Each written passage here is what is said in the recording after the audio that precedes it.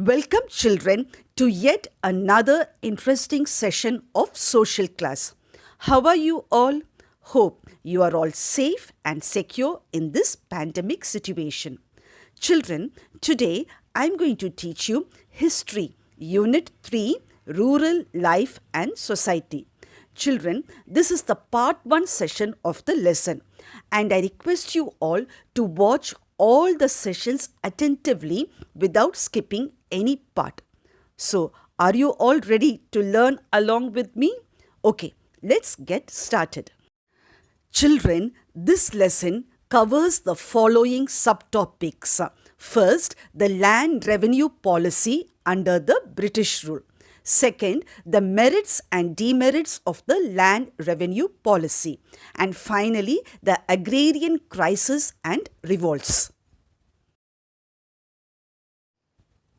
Children, before I start explaining this lesson, can you all recall once more and tell me what's the title of this lesson? Yes, the title of this lesson is Rural Life and Society. Okay, now, what do we mean by the word rural? Can anybody guess? Okay, I will tell you. To understand the meaning of the word rural, you must also understand the meaning of another word, that is urban. Children, the word urban means belonging to or relating to a town or city. So, the word urban means belonging to or relating to a town or city. And the word rural means belonging to or relating to village. And the word rural means belonging to or relating to village. So today our lesson is about the life of the village people or the rural people who lived during the British period. Is it clear? Come on, children, join along with me and understand the lesson clearly. Children, in the pre-colonial period means before the British arrived into India. Indian economy was predominantly an agrarian economy. Now, agrarian means relating to agriculture. So, children, most of the Indians in the pre-colonial period lived in the rural areas and were farmers. Agriculture was their primary occupation. Children, during this time, other industries like textiles, sugar, oil, etc. also existed. But these industries depended on agriculture for their raw materials. Agriculture was the backbone of the Indian economy. So, children, before the British arrived into India, Indian economy was predominantly an agrarian economy. Is it clear? Then, after the British came to India, they got the Diwani rights. Now, what do we mean by Diwani rights?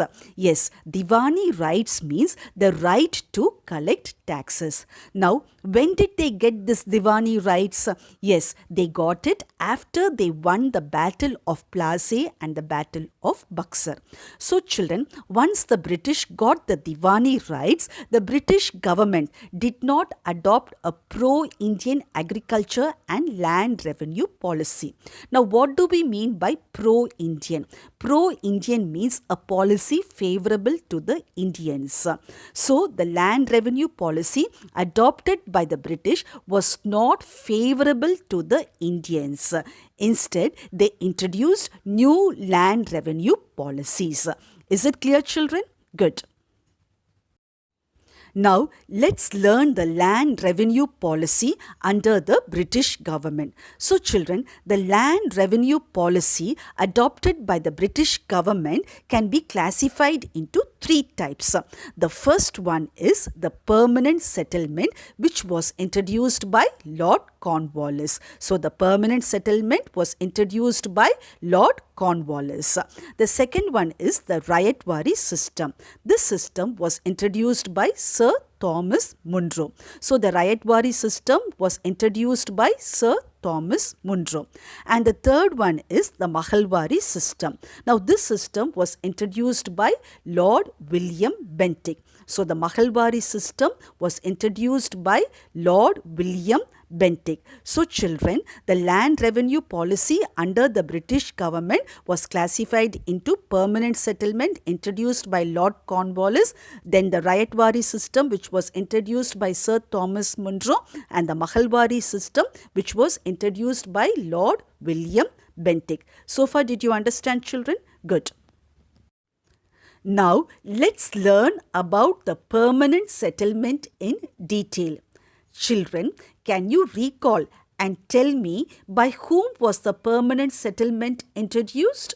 Yes, it was introduced by Lord Cornwallis in the year 1793. Children, the permanent settlement before it was introduced by Lord Cornwallis in 1793 underwent several changes. Now let's see what were the changes it underwent. Children, when Robert Clive was the governor of Bengal, he obtained the Diwani of Bengal, Bihar and Orissa in 1765. This means he got the right to collect revenue or taxes from the people of Bengal, Bihar and Orissa. And Robert Clive introduced an annual settlement of land revenue, which means the people were supposed to pay their taxes annually or yearly, which means once a year. Is it clear? Then, when Warren Hastings became the governor, he changed it from annual to quinquennial system of payment. Quinquennial system of payment means the farmers were supposed to pay taxes once in 5 years. But children, this system did not last long. He changed back to the system of annual payment. Is it clear? Then, during the time of Lord Cornwallis, a 10 years, which means a decennial settlement, was introduced in the year 1793. And this was known as the permanent settlement. So children, during the period of Lord Cornwallis, the people were supposed to pay their taxes once in 10 years, and this was introduced in the year 1793 and it was known as the permanent settlement. So children, did you understand how the permanent settlement came into effect? Good. Next, let's see the areas where the permanent settlement was introduced.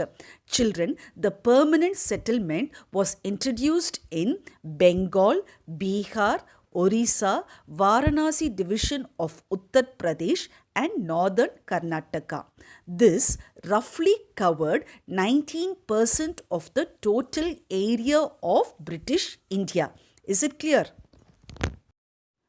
Children, the permanent settlement was known by different names. Now let's see what are the other names for permanent settlement. It was known as Zamindari, Jagirdari, Malguzari and Biswadari. Is it clear, children? Next, let's learn the salient features of the permanent settlement. Children, before you learn the salient features, you must understand the meaning of two terms. One is Zamindar and the other is East India Company. Children, actually the word Zamindar means the holder or occupier of land. But in India, it had various meanings in different areas. Now children, in the pre-colonial period in Bengal, a Zamindar was a collector of tax. But after the British came into India, he was made the landowner. Is it clear, children? Next, let's know a little about the East India Company. Children, the East India Company is the company through which the British came into India. Originally, they came into India for trade, but later they strongly stationed themselves in India because the Indian rulers were always fighting with each other.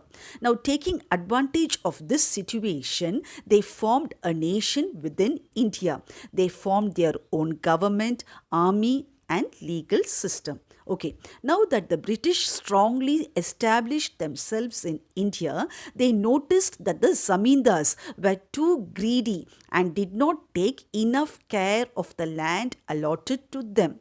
They simply engaged themselves in wars and plundered the neighboring kingdoms. Realizing the situation, the East India Company under Lord Cornwallis got the Diwani rights and made a permanent settlement in 1793 with the zamindars.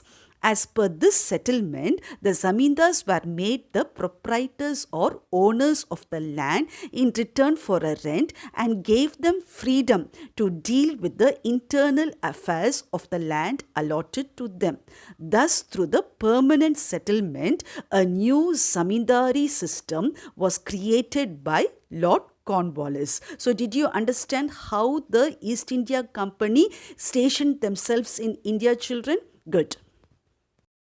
So now let's see the salient features one by one. First feature, the zamindars were recognized as the owners of the land as long as they paid the revenue to the East India Company.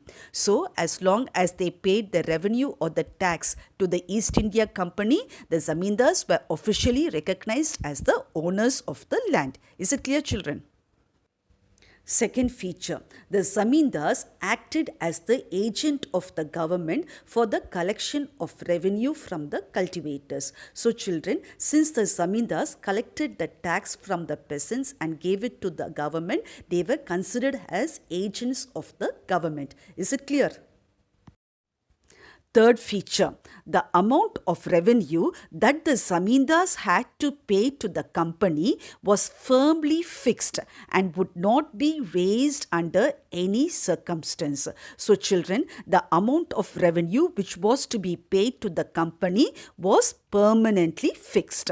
Is it clear? Now fourth feature, they gave 10/11th of the revenue collected by them from the cultivator to the government. So children, the amount of revenue which was collected from the cultivators was divided into 11 parts. Now from these 11 parts, 1/11th of the amount was taken by the zamindar and 10/11th of the share had to be paid to the British East India Company. Is it clear? Fifth feature, the zamindars would grant patta, which means written agreement, to the ryots. Ryots means farmers. Now, the ryots became tenants since they were considered the tillers of the soil. So, children, I already told you patta means written agreement. Now, what is written in this agreement? The area of land given to the cultivator and the rent he has to pay to the zamindar is clearly mentioned in the patta. So, through the patta system, the cultivators or the tillers of the soil become the tenants of the soil. Is it clear? Sixth feature, all judicial powers were taken away from the zamindars. This means that all legal powers regarding magisterial and police functions which the zamindars were already having were removed from them. So children, did you understand the salient features of the permanent settlement? Good. Next, let's learn the merits of the permanent settlement. The first one, under this system, many of the wastelands and forests became cultivable lands. So children, with the implementation of the permanent settlement, many of the wastelands and forests were converted into agricultural lands. Is it clear? Now the second merit, the zamindars became the owner of the land. See children, during the pre-colonial period, the zamindars were only collectors of land revenue. But during the British rule, the zamindars were given ownership of the land. Is it clear? Next merit, the zamindars were made free from the responsibility of providing justice. Children, during the pre-colonial period, the zamindars had the responsibility of taking care of the law and order of their state. But after the British rule, they were freed of this responsibility. Is it clear? Next merit, the Zamindars remained faithful to the British government. So, as the Zamindars were the agents of the British government, they remained faithful to the British government. And they very well knew that if they do not obey the British government, their powers of ownership on the land would be removed from them. So, they remained faithful to the British government. Is it clear? Next merit, this system secured a fixed and stable income for the British government. So children, as the amount of revenue or tax was fixed permanently, this system gave the British government a fixed and stable income regularly. So children, did you understand the merits of the permanent settlement? Good. Next, let's see what were the demerits of the permanent settlement. The first demerit, the British government had no direct contact with the cultivators. See children, I already told you that the Zamindars acted as the agents of the British government. It was they who collected the revenue from the cultivators and paid it to the British government. Hence, there was no direct link between the British government and the cultivators. Is it clear? Next demerit, the rights of the cultivators were ignored and they were left at the mercy of the Zamindars. So, as there was no direct link between the British government and the cultivators were at the mercy of the Zamindars. They simply had to obey the Zamindars. Is it clear? Next demerit, the peasants were almost treated as serf. Now, who is a serf? A serf is a person who worked in the landlord's land and he was not allowed to leave the land without the landlord's permission. So, the peasants were not given any freedom. They were almost treated like serfs. Is it clear? Next demerit, this system made the Zamindars lethargic and luxurious. Lethargic means lazy. Now, since the Zamindars were not directly involved in the farming activities, they became very lazy. And moreover, they got a regular and stable income, so they followed a luxurious life. Is it clear, children? Next demerit, many conflicts between the Zamindars and the peasants arose in rural Bengal. Now, since the peasants suffered a lot, they started revolting against the Zamindars. This led to many conflicts between the Zamindars and peasants, especially in rural Bengal. So, children, these are some of the demerits of the permanent settlement. Children, I hope you understood about permanent settlement clearly. Good. Next, let's learn about the Rayatwari system. Children, the Rayatwari system was introduced by Sir Thomas Munro and Captain Reid in the year 1820. Is it clear, children? Now, let's see the areas where the Rayatwari system was introduced. Children, the major areas where the Rayatwari system was introduced were Madras, Bombay, parts of Assam and Coorg province of British India. Is it clear, children? Next, let's see what was the Rayatwari system and how it was different from the permanent settlement. Children, in the permanent settlement, we learned that the ownership of the land was given to the Zamindars, isn't it? But under the Rayatwari system, the rights of ownership of land was handed over or given to the peasants. So, since the right of ownership was given directly to the peasants, the British government collected taxes directly from the peasants. Did you understand, children? So, under the Rayatwari system, the right of ownership of land was handed over or given to the peasants. Is it clear? Next, let's see how the British government fixed the amount of revenue which the peasants had to pay.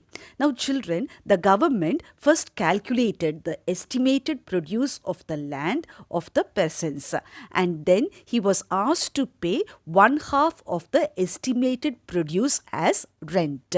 This was done in the initial stages, but later the assessment was reduced to one-third of the produce by Sir Thomas Munro. Is it clear, children?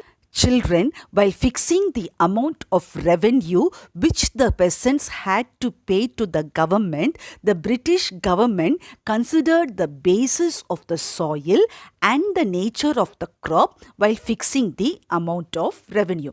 Is it clear, children?